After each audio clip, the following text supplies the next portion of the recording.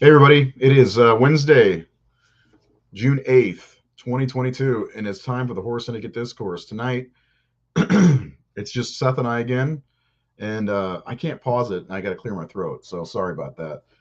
Tonight, we're going to talk about Hellraiser, mostly Hellbound, Hellraiser 2, Hellraiser Hell on Earth, and Bloodline. Seth's been itching to talk about some Hellraiser for a while now, and we're going to get to it in just a moment after I introduce Seth. First thing you need to do is if you're watching on YouTube or if you have not gone to our YouTube channel, hit the subscribe button, hit the like button, even on Facebook. I'd appreciate that. If you hit the like button, that helps us out quite a bit. We like likes. Anyway, so, uh-oh. I'm going to introduce Seth now. Seth's here, and we're going to talk about some news and then Hellraiser. So, hi, Seth. What's up, man? Not much. What's going on, buddy? How you doing? Living the dream. Yeah, Yeah. the dream. Yep. Um, Sarcasm. yeah, well, I mean, you live in Vermont, and apparently it's lovely up there, from what I hear. So, It's nice I, today. yeah, obviously you're out on your porch, decked Yep. out in some Hellraiser gear. Yep. That's great, man. Like I said, Jared's not with us. Nate will be back. I don't know when. And Jared hopefully will be back next week. Yeah. So Seth, let's talk about a couple things before we get started into our topic. If you haven't liked the page and all that stuff, please do that. Oh my God, I'm repeating myself. Um, so let's talk about a few things. We got some news that I want to talk about. I wanted to bring up, and I want to get everybody's reactions and honest opinions as usual. And I'll give my honest opinion, and Seth will give his honest opinion as well. And we'll go from there. So first one is Nev Campbell not coming back to Scream for Scream 6, or is it Scream 2? What is it? I think it would be Scream 6. It should be Scream 6 because the last one should have been Scream 5. So anyway, looking for any kind of thoughts from anybody out there. What do you think about the possibility? I guess it's been confirmed, but the possibility of Nev Campbell not coming back to Scream after being 5 movies, and she was kind of sidelined in the last one anyway, in my opinion. What are your thoughts, Seth? Um, well, it kind of reminds me of the situation not too long ago with the guy that voices Bender on Futurama. They're doing a revival series. He said he wasn't coming back because they weren't going to pay him what he was asking for, and fans threw a fit. And like a month or two later, they announced that he was back. Um, It's about but money, isn't it? what's that? This Yes, is about money. right. Yeah, Yeah. yeah. Um, they didn't offer her what she thought, you know, she deserved to come back for that role. But it makes me wonder too if it was just a small part, like even smaller than her role in Scream 5. Yeah, I wonder if she was going to be killed off also. That's something Yeah, that I think we kind of spoke on, the possibility of her character Sydney being killed off in the movie. yeah, Which, I mean, I don't know. I personally, I think I'd rather see her live, throughout the whole thing, be the survivor or whatever. yeah, for But sure. yeah, but now it's like who knows what's what and what's going to happen. Are they going to kill her off, off screen or whatever, or what's the what? What do you think, Seth? What do you think if they don't get her back? What do you think's going to happen? I don't think they're gonna kill off screen. I think they'll leave it open for her to come back in the future. Because aren't there going to be more than just this one? They didn't they Yeah, sign for a multiple? yeah, yeah. So and like they established in the last one that she had a husband and kids. Yeah, So and she really, I mean, her role in Scream 5, she didn't really have, like, Sydney didn't really have to come back to Woodsboro, you know. So yeah. That's true. I wouldn't want to see a new Scream without Nev. Um, there's a way I think they could do it, in my opinion, and it was like I felt like after part four they could have just closed the book on Woodsboro and Sydney and all that, and just done copycats or other killers in other places, and that's kind of something I would have liked to have seen, but I don't know. That script must have been really shit. It sounds like it's the money too, though.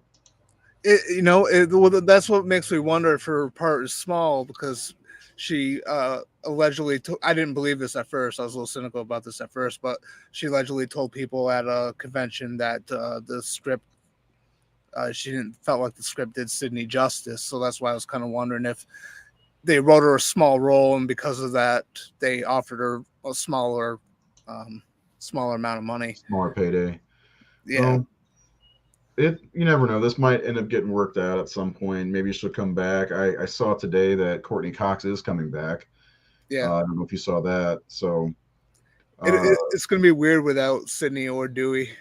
Just Gail yeah. and Kirby. But I mean, Kirby was one movie in comparison. Well, isn't there's a rumor she's coming back though, isn't it?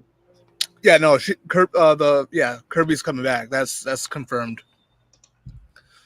Didn't she say something about the working conditions on the last one weren't all that great too? I don't know.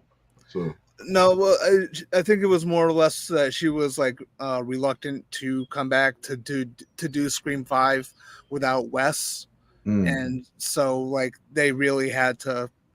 I think they really had to kind of butter her up um, to get her to come back. But it was nice seeing her back. yeah, And she kind of is the franchise, just as much as Ghostface is the franchise in my opinion. yeah, but at the same time, I felt like Scream 5 kind of like I don't know. It seemed like if that was the end of the legacy characters, I'd be fine with it. Hmm. Because you could take it as without Dewey, Sydney and Gail just you know they're no longer getting involved with this. There's a whole new group of kids who are going to be the focus in the future. So and every time they bring it back, it's more and more of a stretch, especially when they try to come up with a reason for someone wanting her dead. I mean, Sidney Prescott is like the most hated person in that universe, and it's just more and more of a stretch every time they bring someone new. Like I always make the joke, "Oh, which family members are going to be this time?" Yeah, yeah. And is Stu coming back, do you think? I don't know. They could cave to the fans with that, but I don't know. Well, I don't know. I think that'd be kind of cool if Stu came back. I'd be fine. Um, Let us know if you want to see Stu come back in the next Scream movie. If Stu lives after the first movie when he got a TV dropped on his face. It was a late one. Yeah, there was no guts in there. Anyway, the next thing I wanted to bring up was there was a teaser of Rob Zombie's The Munsters today, and we got a couple images, and I want reactions from people. I want your reaction set. This doesn't bother me one bit. I thought the teaser was kind of nice. It was like the intro or the opening of the old show. Um, no, the mustache is the biggest thing that bothers me on Grandpa whatever Munster or whatever. But yeah, thoughts. Anybody? I mean, there's a lot of complaints on our Facebook page, which I was going to bring up. Well, I mean, you just mentioned the name Rob Zombie, and you're gonna get a whole bunch of negative comments. Yeah. Um, you know, Personally, I'm rooting for him for this one because he is doing he's going outside of his style a little bit with doing a PG movie Hmm. versus a rated R movie, Yep. and this is something I've wanted from Rob Zombie because I always felt that at least as far as direction, he's very capable. I think he's very good. It's just his script writing isn't the best, especially with dialogue. Hmm. And so and I've seen the original show, and watching this trailer was kind of fun because he did recreate some of the opening, and yeah, I don't know, it seems fine. I'll check it out. Yeah, I mean, I'm a wait and see kind of guy with movies. But here's some of the comments. Hard to really make any sort of opinion. See, this is what we're talking about. This was the opening credits. Nothing more. Nothing of the movie itself. I'll wait till the trailer. Yeah. My expectations are lower. Most of these people are talking about how low their expectations are. Garbage movie already from Omar Montez. Congratulations. You haven't seen it. I like the design of the characters, but I can't stand his wife. That's the other complaint I keep seeing is nobody likes Sherry Moon. Yeah. I am on the other side. I actually like her. I thought she was great in Lords of Salem, and she, her role as Baby. I mean, she's kind of annoying, but I like that character, especially in the first two movies. So I don't know. I like Rob Zombie. So I like his movies for the most part. I don't think I've seen one that I haven't liked. Uh, I like Rob Zombie. Fight me. Well, if I like Rob Zombie, also, I'm not going to fight you. So I like Moon too. Yeah, I don't mind Sherry at all. Some might say I love Sherry. Anyway, yeah. So I don't know. I think the characters look good. I thought the teaser was fun. I mean, other than the damn mustache on Grandpa, other than that, it doesn't really bother me very much. Yeah. Uh, the one thing I was wondering is like Fred Gwynn's face, like, is so kind of like iconic or whatever, you know. Yeah. And I was like, how are they going to do that? And the guy, I can't remember who it is. It's one of Rob Zombie's regulars, I believe. Yeah. Jeff Daniels Phillips or something like that. Yeah, he looks good, I think. Yeah. Yeah. Oop, that's Hellraiser. Yeah. So let us know all your thoughts in the comments below. I'm not like looking forward to the monsters or anything like that, but I'm gonna wait and see how it is. Yeah. It's gonna be totally different, PG-13, all that good stuff. So we'll see. Let's move on to. Is there anything else you want to discuss before we move on? Nothing that I can think of. Those were the two big ones, I think. Yeah. And of course, Gail Weathers will be back. That's weird to me. Like she's gonna be in it, but maybe she'll die. She's been nearly killed like 4 or 5 times. So I felt like she should have been the one to die in the last one instead of Dewey. yeah. Anyway, I don't know how many people have seen the new Scream movie. I know one person watching hasn't seen it. So, well, sorry about that. Yeah. Anyway. Anyway, let's talk about Hellraiser, our topic. I don't know that we need to talk much about the first one. I know we did a whole episode on the first movie, like 2 years ago, maybe. Yeah. And Nate was everybody's on the show. I think Keith was even there. I love Hellraiser is one of my. I believe it's actually I can look. Let me look. I think it's one of my top 10 favorite horror movies of all time. And it's one like movie that I refuse to have sex during. Also, Oh, it's number 8 on my list. So, yeah, I love Hellraiser. It's one of my.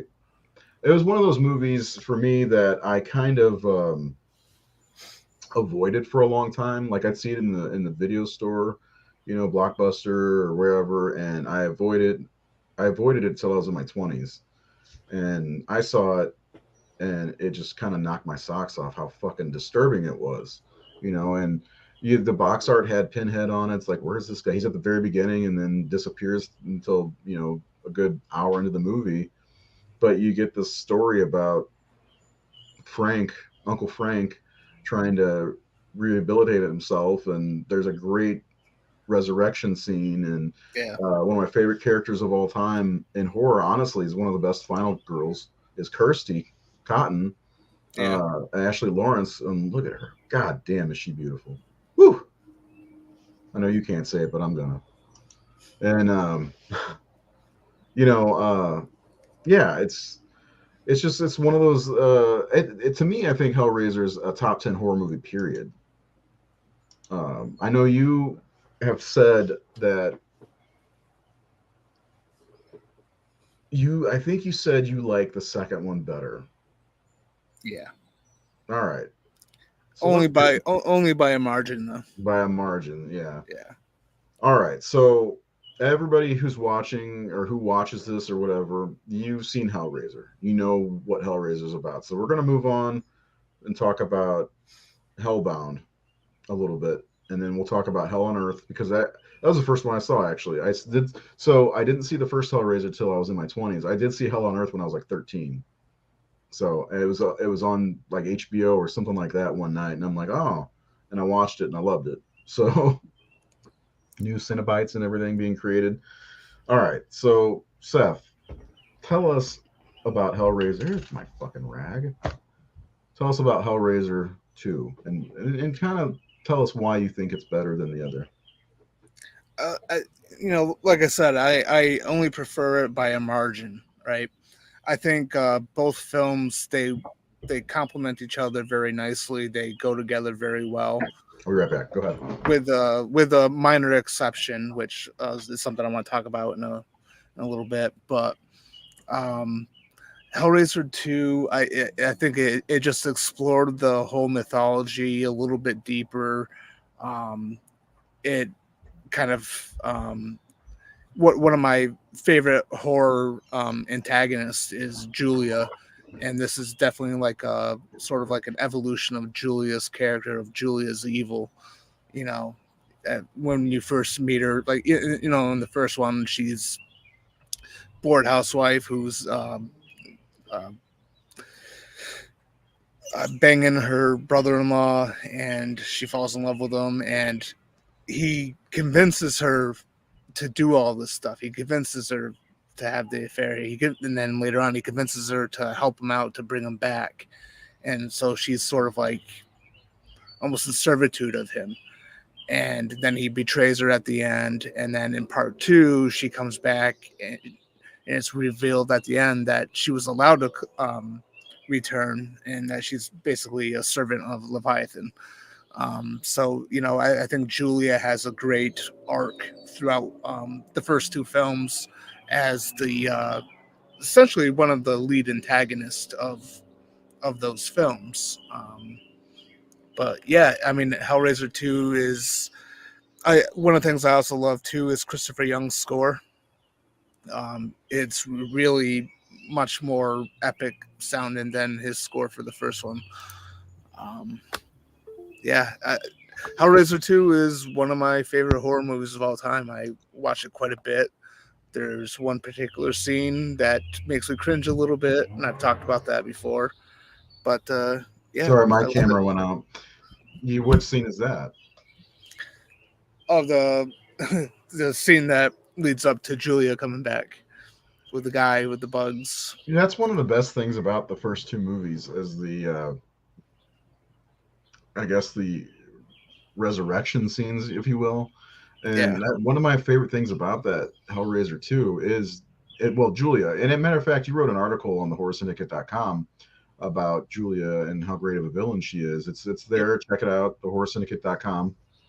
But yeah, like that scene where the guy thinks he has all the what is it, the roaches or yeah something on his yeah body, and he gets a razor blade and is like cutting himself up on the mattress that Julia died on, and yeah she comes, yeah, she her arms come up, and it's such a cool scene, yeah and I love like what they do with her as far as the way she looks, because she looks like kind of like Frank, like you can see under what her skin is, and then she gets wrapped up kind of like a mummy. You can see her. It's really a yeah cool look. I just love yeah that. And, I love when the doctor and her have a passionate kiss. yeah I also love when she smashes the glass, the mirror, when she sees herself. yeah There's really cool stuff in Hellraiser 2, and Julia really is probably the I talk about how much I love Kirsty, because Kirsty is kind of the hero of the two movies, three if you count Hellseeker. But like, I really think Julia is an underrated villain. I talk about Reggie from Phantasm being an underrated hero all the time, but Julia, nobody ever recognizes how good of a villain Julia really is. I mean, even in the first movie, as soon as I mean, just think about that scene in the first movie when she sees the picture of Frank with the topless woman, and then she goes right back to the first time they did it, and Frank is a nasty fucker, man. Yeah. I Yeah. don't. I love Frank. Frank, you remember Come to Daddy? Yeah. Well, that's the funny thing with this franchise too, like especially with the first two, is that you know obviously the Cenobites are what draws people in. It's the visuals of them, but they're not really a major role in these two No. movies. The villains, the antagonist of these two movies, is Frank and Julia and Chenard. Yeah. So and they're great too. I like Yeah, this. they really are. The one thing I like about so I mean, I like these movies very evenly. I think it's hard to place one over the other, but I would give Yeah. the edge to Hellraiser because without Hellraiser, we would not have Hellraiser 2. And it's like Yeah. that when I talk about my favorite movie, The Godfather. It's like I love The Godfather 2 maybe a little bit more, but you can't have that without the first one. It's No. Yeah. So yeah, so like I really think I don't know, man. I really there's a lot of great visuals in the second movie that weren't there in the first movie, like Leviathan itself, or when Chenard gets transformed, and Yeah. they're like when he takes away the Cenobites' powers and they become what they were before. So many cool things. And I like that at one point Kirsty wears a Julia suit. Yeah. It's like Yeah. it's a really fun movie. It's different from the first movie. You get to kind of go through hell. You see what Frank has to go through. You know, it's I don't know, I think Hellraiser 2, if people don't like Hellraiser 2 and they do like the first Hellraiser, I don't understand what's going on with them. You know what I'm saying? Like it's almost like Hellraiser's a half of a movie and then Hellraiser 2 is the other Yeah. part, you Yeah. know? Absolutely. Like a Frankenstein and Bride of Frankenstein type of deal, Yeah. Yo, yeah, absolutely. or Superman 1 and 2. Well, I mean, other than the fact that, the Superman was filmed back to back, Yeah. Hellraiser wasn't. But yeah, I mean it's almost like you probably should watch Hellraiser 1 and 2 back to back if you don't or if you haven't, because that's the complete story before you get to Hellraiser 3, and Hellraiser 3 is completely different compared to the first two movies, which we'll get to. Um, Go ahead, you got something to say? It looks like. Yeah. Well, I was going to ask you. So speaking of watching them back to back, now there is a little issue with the way that the first movie ends and whereas the way that the second movie begins. They sort of omitted the whole thing with the house. I don't know, what did it do? Explode or catch on fire? And Yeah. the creature came. They just took all that away.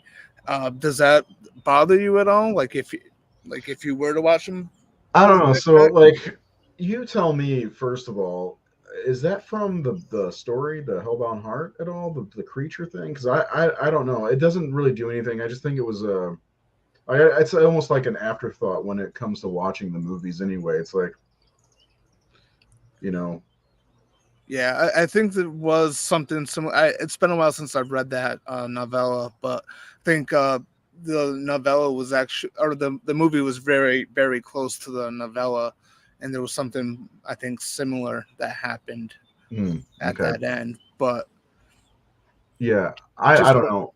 I don't think it bothers me one bit, really. yeah, Just smoke it up now. yeah. It doesn't bug me either. To be honest with you, I would have. I don't really care for the way that the first Hellraiser ended. That final moment with the creature, I didn't really care for that shit Yeah, at all. like I said, it's to me, it's like an afterthought, and sometimes I forget about it. Like, what's the Yeah, point of that? I mean, I do like the one thing I do like about the ending of the first Hellraiser is the goes back to what's your pleasure. yeah, I yeah, like that because that's one of those things that I've always liked about the movie in general is that what's your pleasure, yeah, yeah, uh, and I think that's bringing kind of going full circle with that is pretty cool. I think. yeah. but yeah, I don't know. I think also too benefited from the success of the first movie because I think it had a bigger budget, if I'm not mistaken, right? Yeah, I believe so. Not whatever that is. I'm sorry. I'm looking it up right now because I'm curious. And for some reason, I went to Hellbound season 2, whatever that is. No Never heard. idea. Have you heard of it? So let's see. It made 12 million. I don't see a number. All right, let's talk about some of the characters in Hellbound 2 or Hellraiser 2. We got all the Cenobites back for the most part with Pinhead, Chatter, Butterball, and the female. Why don't they give her a name? I think she does have a name. I think isn't it Deep Throat, something like that. Is it? I never heard that. But and they brought back, we got Frank. The person that didn't really get to come back was uh, Larry. Is that his name? Yeah. The dad. Yeah. But you got great new characters like, excuse me, Dr. Chenard, who is awesome. That scene after he comes in, he's the thing's holding his head. Yeah. I The recommend doctor is in. adaptation. Yeah. Yeah. Then there's Tiffany, who like what she like. Talk about Tiffany first. She's kind of like talk about her. I'm trying to articulate, but I can't for some reason. She was, I don't know, essentially just a almost kind of like a prisoner to Chenard. He took her away from her mom. He did some sort of surgery, and he basically used her to open up the box. He didn't really have the courage himself to do it. Mm-hmm.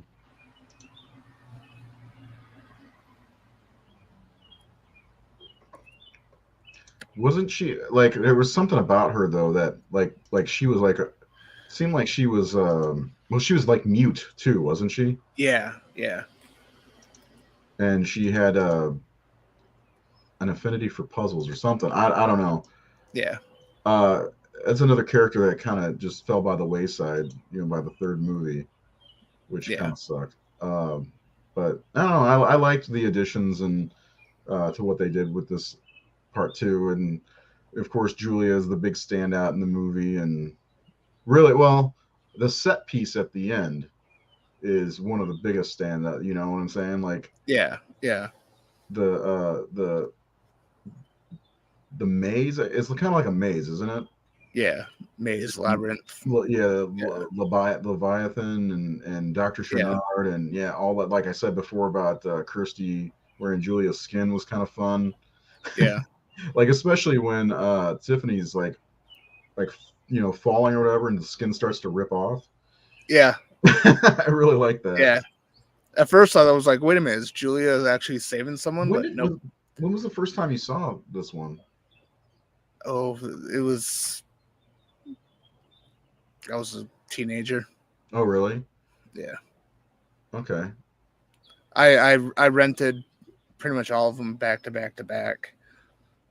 So Yeah, I'm trying to think what year it was. I think it was 2017. We did the Horror Syndicate Live, our very first show. We did a 3-hour show on all of the Hellraiser movies at the time. Judgment hadn't come out yet.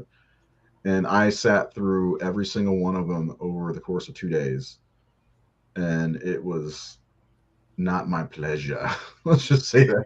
I had yeah, that's a little rough. it was. I mean, the good thing was I was able to rank them all, and Yeah, well, then of course Judgment came out later. Revelations was so hard to watch. A Revelation, yeah, however it is. yeah. Did I ever tell you that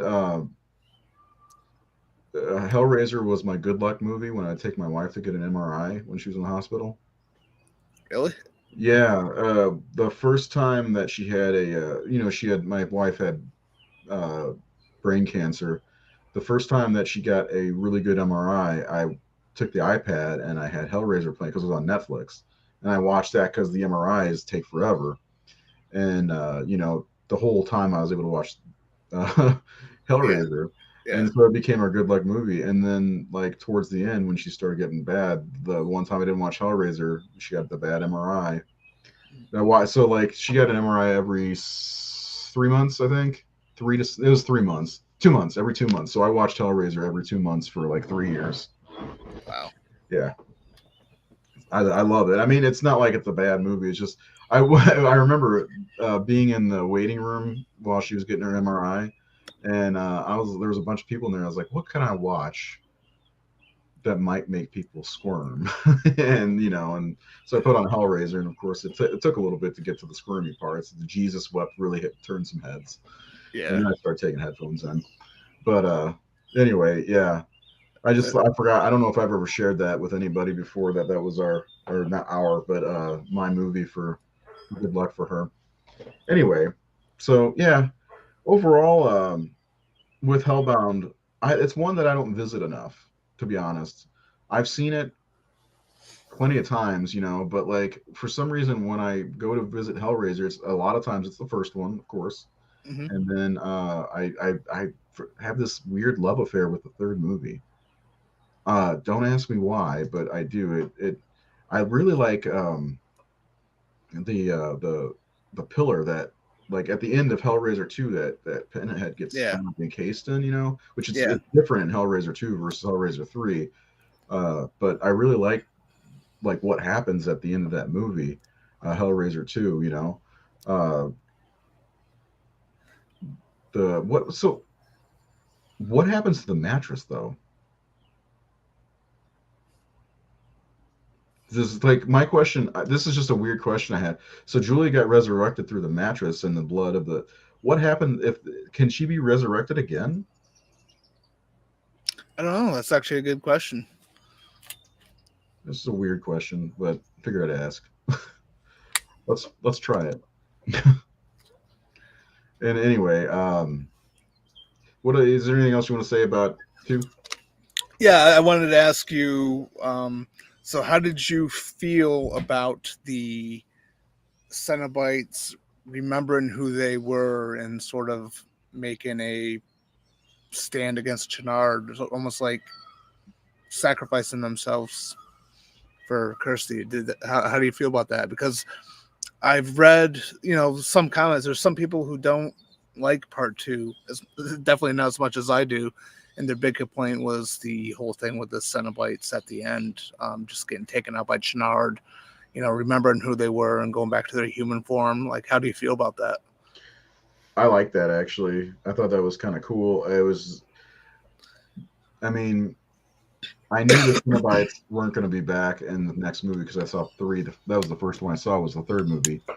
Yep. So it wasn't like a big surprise, but seeing them out of like what they were before they was really kind of cool, and getting to see Doug Bradley. I don't know. I never really even thought about it, to be honest. Like I don't know why it's part of the story. Part of what happens in the movie. And again, it's this fixation on Pinhead. Like I think a lot of that has to come with the decade the films were made. If you think about it, uh, they were made in the '80s, where all these you know villains came from, Chucky and Freddy and Michael Myers and all this. Well, Michael Myers came from the '70s, but you know what I'm saying. Yeah. So I think they're like, oh, Pinhead's on the cover, and now he's gone. He was barely in the second movie anyway, you know. Yeah, it was barely in the first two at all. Yeah. So I mean, that's why the third movie, a lot of people have said that's Doug Bradley's movie, that's Pinhead's movie, because he's also more of a slasher in that than he is, whatever you want to call a Cenobite. Yeah, for sure. Yeah. So yeah, it never really bothered me. I never really thought about it, honestly. I just accepted it for what it was because it was a part of the movie. Yeah. So Would you have been satisfied if that was where Hellraiser ended with part two? yeah, I think so. I Yeah. mean, that's a hard question to answer because like it didn't, you know. Right. Right. Yeah. But like, yeah, I mean, it ended where it ended. Well, it hasn't ended because there's two more things coming, right? A new movie and a series or something like that. The new movie's coming out soon. I don't think they've even started on the series yet. Yeah, the new movie with the female lead Cenobite. Hmm. Um, yeah, I don't know. That's a. What about you? Like, I mean, I like three a lot. I do like Bloodline, and I know a lot of people like Inferno, even though this technically wasn't supposed to be a Hellraiser movie. And Hellseeker's okay. They get kind of muddy after that, but I don't know. I think I would have been fine if they would have ended after two, because that would have been a really strong duo of horror movies. You know, like I don't. Yeah.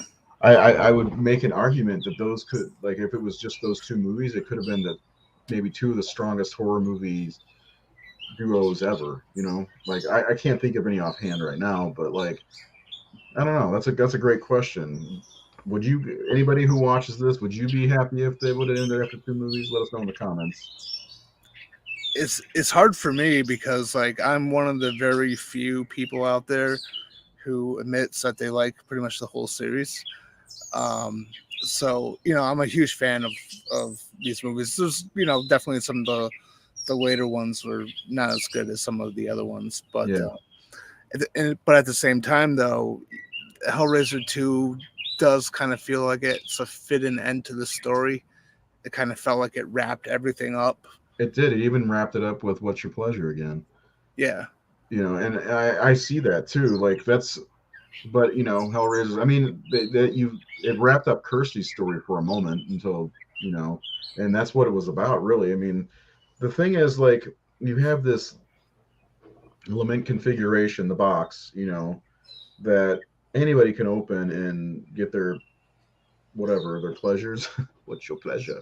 So, like, I mean, there could be countless stories, and I feel like there should be countless Cenobites also, you know, and somebody had to have stepped up, and then Pinhead's trapped in this weird pillar in the third movie.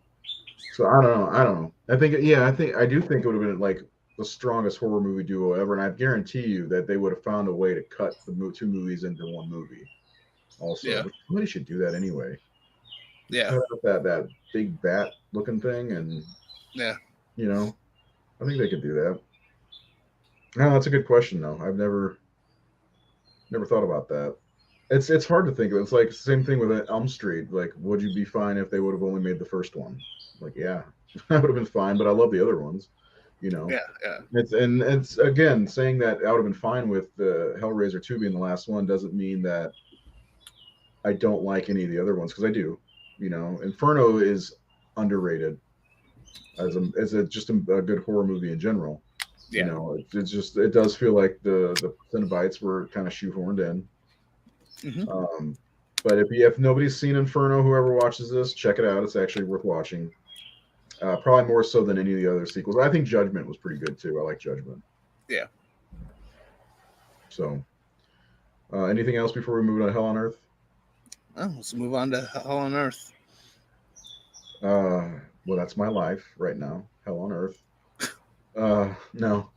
I don't know what it is about this movie. I think it might have to.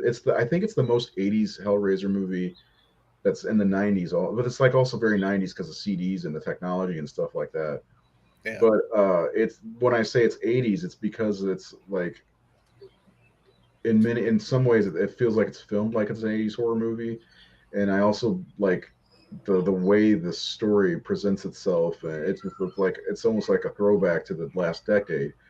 I like the main character. I can't remember her name offhand. I just had it a second ago. Joey. Joey, yeah, I really liked her. Um, and I liked the one girl, Terry, was it? Hmm. Yeah, I really liked her too, and I liked that they're little. It was little, but the thing that was building between the two of them before JP came back around, and I love this scene where Pinhead. That's one of my favorite scenes in the entire. Well, there's two scenes in this movie that are like two of my favorite scenes in the whole series. It is three actually, if I'm being like truthful here. The scene where uh, JP is feeding the women or the woman to Pinhead in the pillar. after he promises them whatever. And then Pinhead comes out. I also like the recreation of the new Cenobites because they're all very 90s, like CD and the camera guy, which I can't remember what they called him. What do they call him? That was Doc. And yeah, and then wasn't there a smoking one too? Yeah, JP's character. Yeah, just just a lot of fun with the Cenobites, and it's very different. And it absolutely was is Doug Bradley's movie because he was in that more than the other two combined, I think. And like the massacre at the bar was really cool, I thought, and I really love the scene in the church. You know, Yeah. yeah, I love that scene. It's I mean, there's no more iconic look than Pinhead holding the lament configuration that you see on the posters and everything, because they use the same poster for this one as the first one. But like that him his hands reached out and everything, and that's such a great scene. And I fucking Doug Bradley's performance is so good in that movie, and he gets to play more than just Pinhead. So, what are your thoughts? Yeah. So one of the things, one of the main reasons why I want to especially talk about Hellraiser is because I know how you've been very vocal about how much you like Part 3, whereas Part 3 is it's pretty low on my list, my Hellraiser ranking list. Um, it's one of those movies where I like the first 2/3 of it, and it loses me actually in the third act. I I don't really care for the whole Cenobites on Earth wreaking havoc, that type of thing. And I know that's something that a lot of people do like.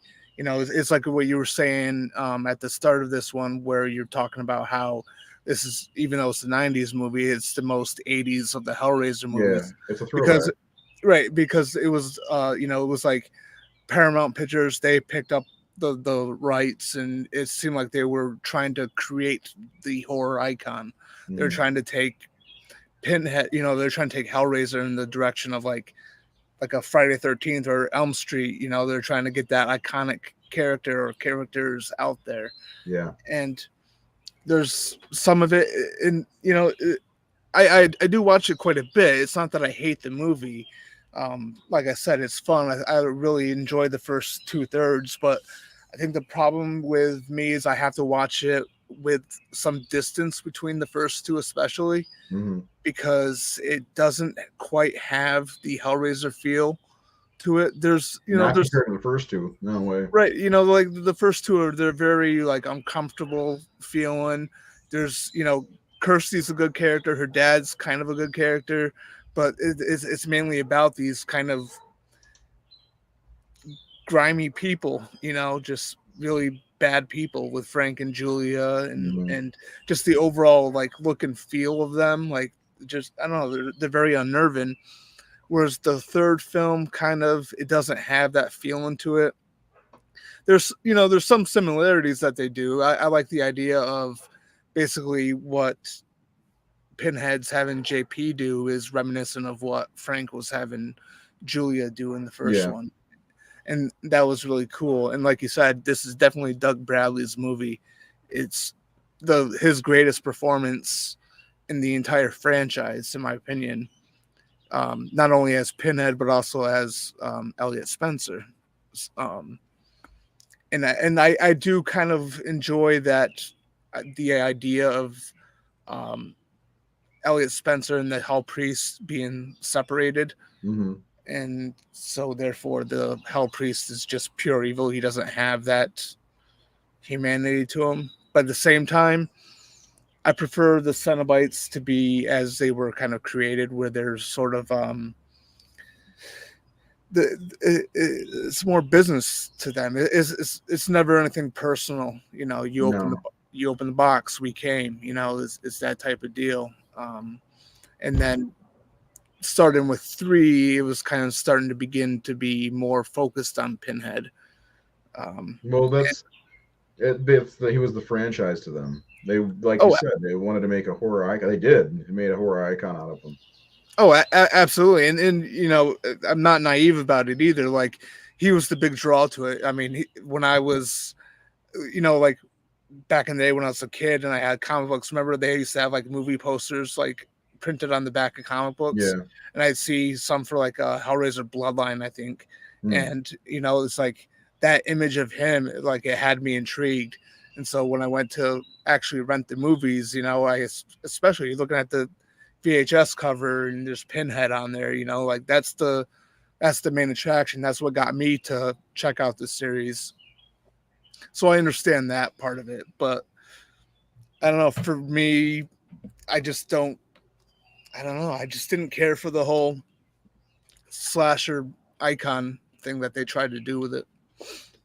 Yeah, I could see that, but like the first two stories were the first two movies were very like personal stories too. Yeah, Where this one, there's a lot more moving pieces in this as far as characters, and it was like, what would you do for the third Hellraiser movie? Pinhead stuck in the pillar, and the Cenobites are gone. What are we gonna do? I guess make more Cenobites and get him out of the pillar. I mean, yeah. It's logical, definitely for sure. yeah, but like the we'll get to Bloodline in a minute, but like it's that I like watching. Yeah, you're right. You got to put a little space between two and three. That's why I'm so confused why Arrow packages one, two, and three together. Because one and two should be its own thing, and then whatever else. Because like I have the Scarlet box, which is like my prized possession, my horror collection, Yep. and it's great. But like I always wonder, I'm like, why is three in there? Because one and two are the same story, part of the same story, and three is this like totally wildly different movie. I like three a lot, and that's probably why I connected with it when I was younger, was because it kind of gave me the same feeling that I got when I watched an Elm Street or a Friday the 13th or something like that. Yeah. And I love the way it ended too, with the box being left at that construction site, and then you see that building, and then they Yeah. pick right back up in the next movie. Yeah. It's just, I don't know. I think for what they were trying to do, I think it made some money, if I'm not mistaken, because this was the second to last. Made the same as Hellraiser 2, about 12 million bucks. But this was the second to last to go to the theater. Sorry. Ugh. Excuse me. Um, I don't know. I like three for the most part. It's higher on my list for sure. Actually, it'd be fun. I'm gonna pull up our rankings from the HorrorSyndicate.com Yeah. because they're different. They are. But like I don't want to be misunderstood here. Like, I don't hate Hellraiser 3, you know, like I said, but I think my main problem is I just prefer the a Hellraiser story to be a certain way. Maybe it's my own um, stubbornness on that, you know. Because to me, Hellraiser it's not to me, like, I understand, like I said, I understand the reason why they would go why they would go with Cenobites, uh, Hmm. you know, up front and center like they did. But for me, Hellraiser is always about the person who seeks the box. You know what Yeah, I mean? yeah. That's what I kind of dig about the later sequels, because they're more or less like an anthology That's a good way to look at it. Yeah. about different people who open the box. You Hmm. know, Yeah. and they're not good people either. Like the detective in Inferno, he was a terrible person. So to me, it kind of went back to like Frank Cotton in a way. Hmm. All right, so let's do this. We're gonna look at yours first. Your Hellraiser rankings, starting mine. I didn't write a paragraph for each one like you did. I just went for it. So this is everyone that's out now. The new one. Is that going to Hulu or something like that? I don't Yeah, remember. Okay. yeah. I wonder if we'll ever be able to own it. Like, You should, because I think Hulu does do physical copies because I have a Really? physical copy of 11/22/63, the I've seen adaptation that movie. one out. Yeah, I never Yeah, did. That's a good show, actually. yeah, That was the show that made me want to see more things um, week to week instead of like dropping everything all at once. yeah, yeah, So anyway, so you have Hellraiser Revelations. Revelations is number 10, which it's a terrible movie. I mean, it really is, in my opinion. I just don't like that one. I couldn't get into it, and of course, there's the problem of the replacement Pinhead, which is the first replacement. There's been two. yeah. And I don't know, I just didn't care for it. Hellworld. I wish I could pull these up side by side, but I can't. Oh, 3 is number 8. Yeah. Hmm. Judgment. Yeah, I like Judgment better than you did too. I think I like that movie. It's different, and it's like, this one's less about Pinhead too. It's more about the Auditor and uh, The Auditor's a great. That was a surprising character. yeah, I like that whole process they go through. You know, Yeah, that was really cool. I just Deader. didn't. I didn't care for the end of Judgment, like what happens at the very, very end. Neither did I. Yeah, Hellseeker number 5. Bloodline. Oh, so Bloodline is in its spot, but you've got Inferno ahead of that. Yep. Then Hellraiser, and then Hellraiser 2. Huh. Okay. Let's check mine out. See if you don't mind. No.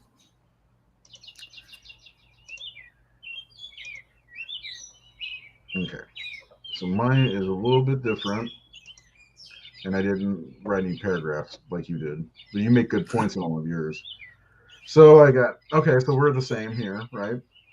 I had Revelations at 10. Okay. So Hellworld was 9 for you, yeah. Okay. Yep. Oh, so we just flip flopped them. Yeah. Okay. Deader. I had trouble with this one, but I also ranked this. I think. Let me see what's the date on this. In 2008. So it was right around when we did that show. So I had just watched. I binged them all. Judgment's number 7 for me. Yeah. Huh. And then Inferno.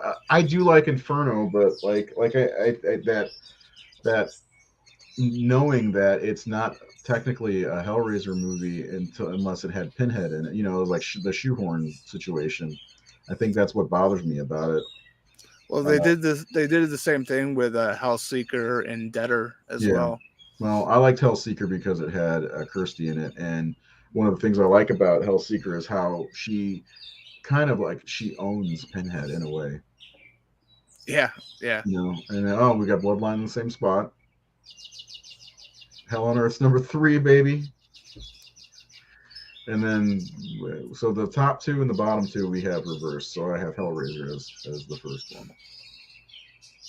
Yeah. Oh, there you go. This is my list. Argue, agree, or whatever. But I love the first few movies, and some of the others are watchable. I would love to see the series take a different direction in the next film. I have no clue what lies in the future, but as I said in my review of Hellraiser Judgment, I want to see Kirsty Cotton become the lead Cenobite, the female Pinhead, with a good story. Look at the source material. Yeah, the comics. Like, did you ever read any comics? Yes and no. I didn't get a chance to physically read them, but there's certain person on YouTube that I follow who he covers Hellraiser quite a bit, and he did like these dramatic readings of them, and like really? He produced them really well because like you get like slow shots of the panels as he's reading, and he puts effort in the voices and stuff like that. So you should link me to that. I'd like to see that. Yeah. Even though I've read a lot of them, but it's cool because there's a mixture of characters from other Clive Barker properties within some of the comics, like Harry Demore, I think is his name. Yep. So yeah, I know.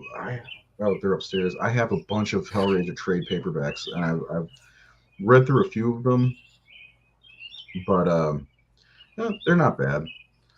I want to get them, but they're like super expensive now. Are they probably out of Yeah, print? Yeah, I yeah. wouldn't be surprised. Anyway, so let's move on to unless you got anything else about my favorite that you don't want to. Just the question. I actually came prepared for this episode. So do you think Kirsty Cotton should have been more than just a cameo, or do you think that her story? Are you satisfied with the way her story ended? In the Hellseeker? No, I'm talking specifically with Hellraiser 3. Should Kirsty have been in it more than just a cameo, or do you think that it was fine because of? I mean, the way the story went. Okay.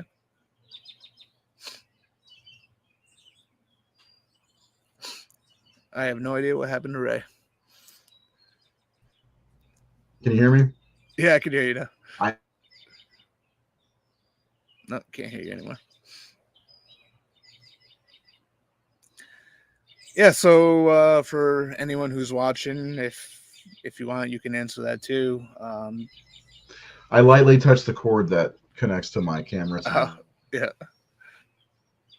Do it again.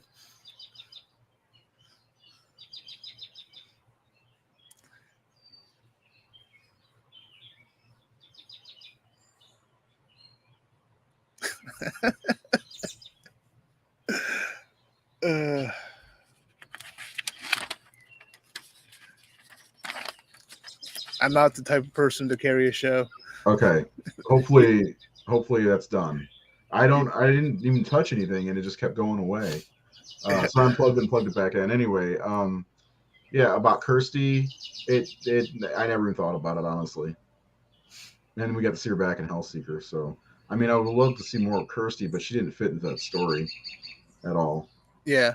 Now, what about Julia? Do you think Julia should have been brought back in some form?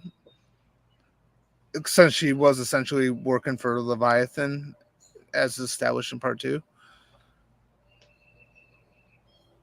No, not real. I mean, like I said, like you said, I think they closed the door on that particular story pretty well with part 2. So I don't think there was any reason to bring any of those characters back, really, in my opinion. What about you?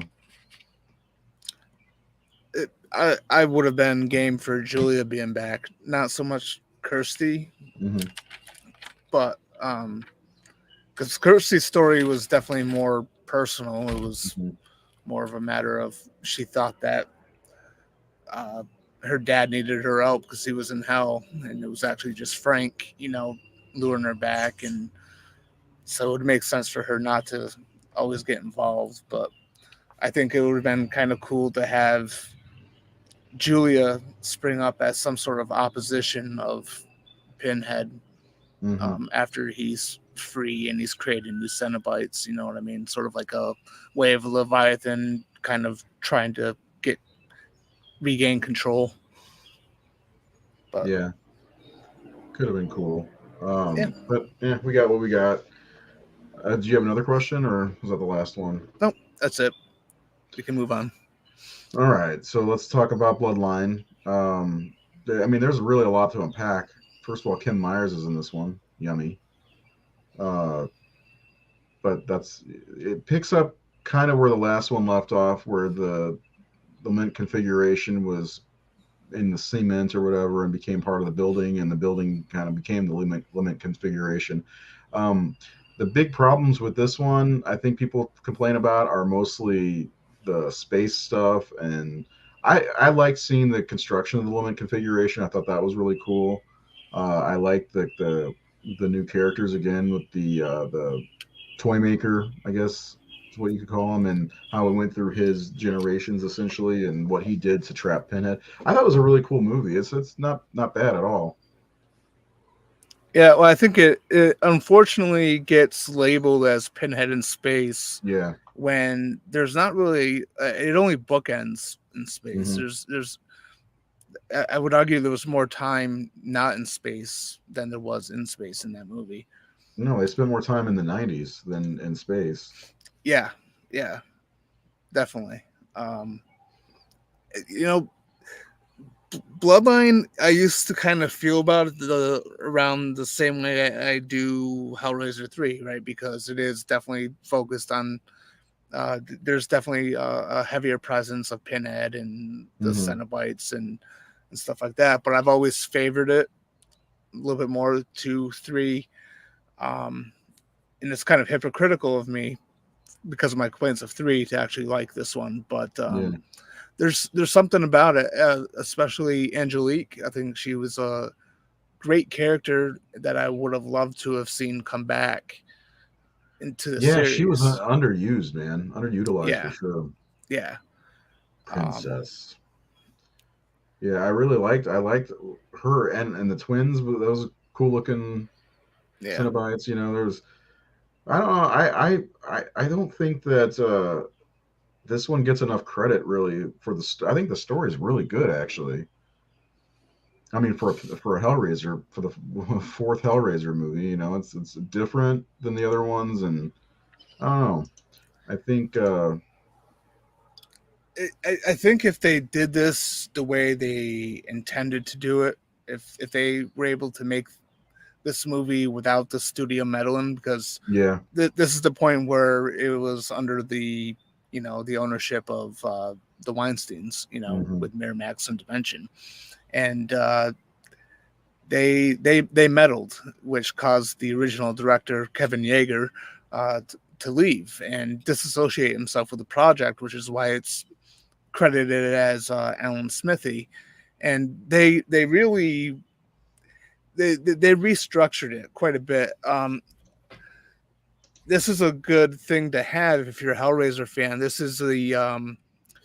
was just published by writer Peter Atkins not too long ago. It's the original script for Bloodline, Mm. and it's actually a really good read. And it doesn't start off in space. It ends in space, but like the script was originally more linear, so it wasn't Merchant telling a story about his bloodline. It was just going through the different points. And Angelique, I think, was her role was much bigger, much Yeah. greater in the original script. Like she was like we didn't, how like in the movie we get like this like in the past sequence where you get like this like aristocrat type guy, and he brings in like Angelique as like she's like a peasant woman, Hmm. whatever, and then he does the thing. Yeah. Well, in the original script, she's a demon right from the start, and she's the one who had that particular guy commission the merchant to do the limit configuration. So, and like there was like a scene, like especially in the beginning, where she had like they had a bunch of different people sitting around a table, and each of them would take a turn opening it up and stuff like that. And it was a really cool scene. And Yeah. there was a lot more of Angelique and like her in her interactions with Pinhead that would have been great too. But you know, the studio wanted um, Pinhead in it sooner than he would have appeared if they did it the original way. But I'm rambling. No, no, you're not. It's interesting to hear that stuff. I mean, I know that I've heard that uh, in the script there was also some kind of like, if I might be wrong, some kind of sexual attraction between Pinhead and Angelique. Am I wrong on that? I thought I heard that somewhere at some point. Yeah, there is something more with their connection, I believe. I haven't actually read this since Christmas. I got around Christmas time. Mm-hmm. Um, but yeah, there's definitely a lot more of interaction between Angelique and Pinhead, and you know Hey, stuff Luke. like that. Yeah. Which would be good because those two on screen together were really good in my opinion. Oh yeah, yeah, especially Uh, with Angelique. I think Angelique in the original script, she was like one of the original demons, and the whole thing with the Cenobite order is even new to her by the time that she meets Pinhead for the first time. So there's kind of like that sort of thing too, where they're different type of demons, and she's from a more ancient time. Mm-hmm. So yeah, I mean, I think you could find this book on Amazon if anyone's interested. It's Hellraiser Bloodline, the original screenplay by Peter Atkins. It's Check it worth the out. read. Yeah. It's it's a shame. Excuse me. It's a shame that studios get so, god damn, excuse me, get so involved. I gotta yawn now. It's getting dark out there. Yeah. But yeah, it's a shame that the studios get involved. But like, even so, I do like the finished product of Bloodline.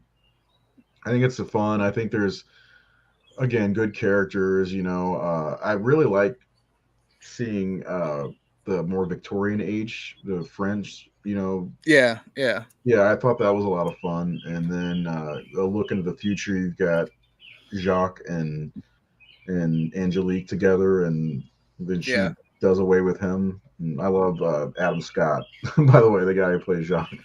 Yeah. He was from Parks and Rec. I watched him on Parks and Rec for years. It's What like level? Hold on, what level are you talking about, by the way, Luke? Go ahead. I was gonna say he's like one of those guys who looks the same still. Yeah, he does. Did you ever see a movie? I think it's called Little Evil. It doesn't sound familiar. Let me see. I'm looking at his name now. Yeah, Little Evil. It's on net. It was on Netflix, and it's he's a stepdad, and the son is like the Antichrist. And so he has to go through all that's pretty fun. You should check it out if you haven't, and anybody who hasn't seen it that watches this should check it out. You got any questions about Bloodline?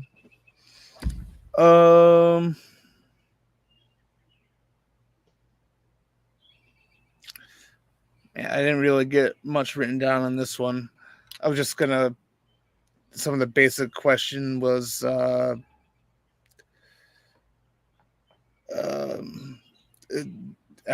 did I guess you already answered it. Is how you feel about the story structure of it being, Yeah, it was fine. I mean, it's hard to like complain. When you like, I watched after I saw the first movie in my early 20s. I was probably like 20, 22 maybe.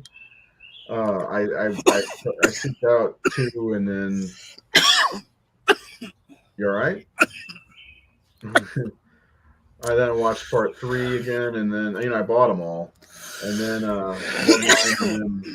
it took me forever to watch Inferno, but I was just accepted Bloodline for what it was, and I liked it even after the first time I saw it. I was like, "Well, this is different," Well, seeing the construction, the limit configuration, and all that stuff.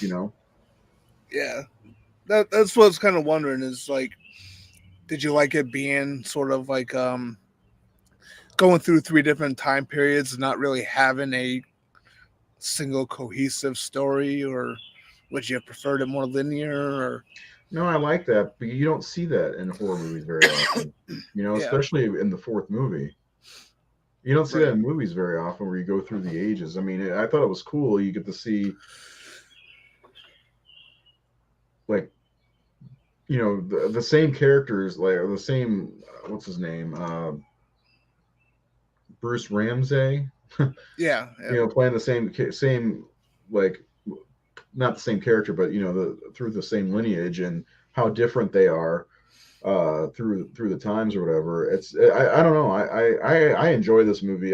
This is the only one that I have on my digital service, Vudu, and so I actually watch it more than I should. I like it. I have really no complaints about this movie at all. The pacing might be there's a little bit of pacing problems, and it goes by really fast. I think it's chief complaints. Honestly, I don't really have too many complaints about it. I think it's a fun movie. And I think Angelique really kind of brings it up for me. I just wish, like you said, I wish she was a bigger part of the movie. I think I think she's got to be one of the. I mean, she becomes a Cenobite, of course, but like I think she's got to be one of the better characters throughout the series. Also, Yeah, it's a shame they never really brought her back. no, they had room to. Oh yeah, Yeah. Judgment would have been a good one to have her back in. Hmm. Yeah. Yeah.